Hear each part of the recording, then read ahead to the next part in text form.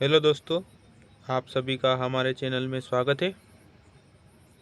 अगर आपको हमारा वीडियो अच्छा लगे तो आप लाइक, शेयर और सब्सक्राइब कर लेना ताकि आपको समय समय पर सूचनाएं मिलती रहें। आज हम पढ़ने वाले हैं कक्षा 10वीं अध्याय 8 प्रश्नावली 8.1। देखिएगा आपका प्रश्न क्रमांक 6 क्या दिया है ना। यदि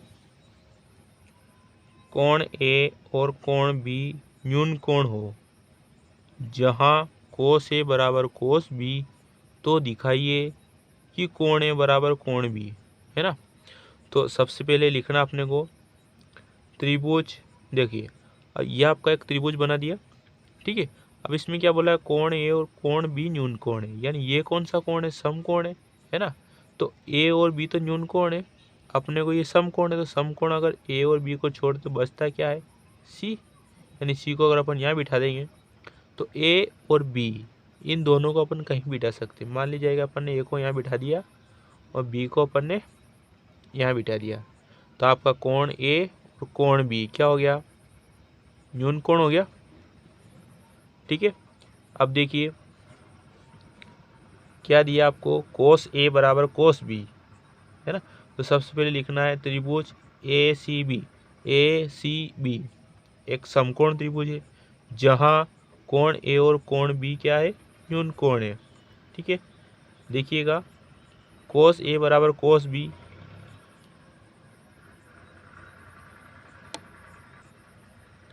क्या दिया है, कोस ए बराबर कोस बी, है ना। अब देखिएगा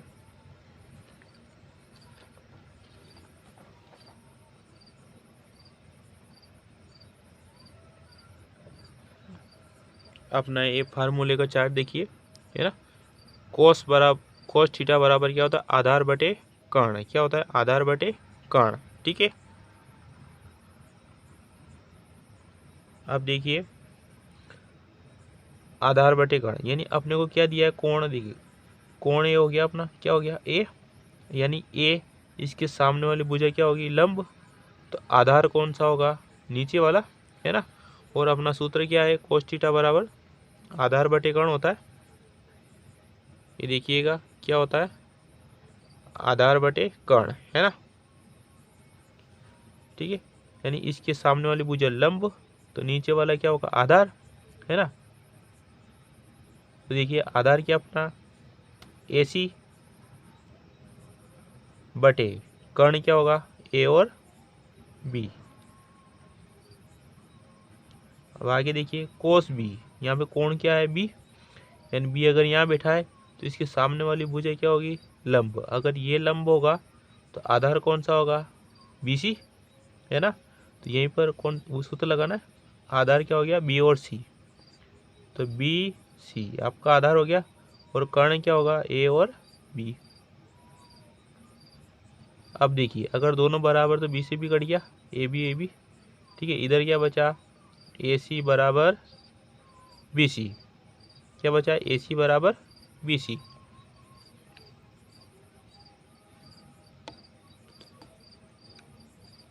देखिएगा यानी AC बराबर BC, यानी A और C और B और C, अगर ये वाली भुजा और ये वाली भुजा अगर बराबर है ना, तो ये कोण A और कोण B भी क्या होंगे, बराबर। कोण A बराबर क्या होगा, कोण B, है ना। क्यों होगा, क्योंकि ये कौन सा त्रिभुज है, देखिए जिस त्रिभुज की अगर दो भुजाएं बराबर है तो त्रिभुज कौन सा होता है, समद्विबाहु होता है ना। तो भुजा के सामने वाला कोण और इस भुजा के सामने वाला कोण बराबर है, यानी अगर भुजा के सामने वाला कोण और भुजा के सामने वाला कोण भी क्या होगा, बराबर। तो कोण ए बराबर क्या होगा, कोण बी। लिखिएगा चूंकि बराबर भुजाओं का सम्मुख कोण है। ठीक है, ये आपका सवाल नंबर 6 कंप्लीट हो गया।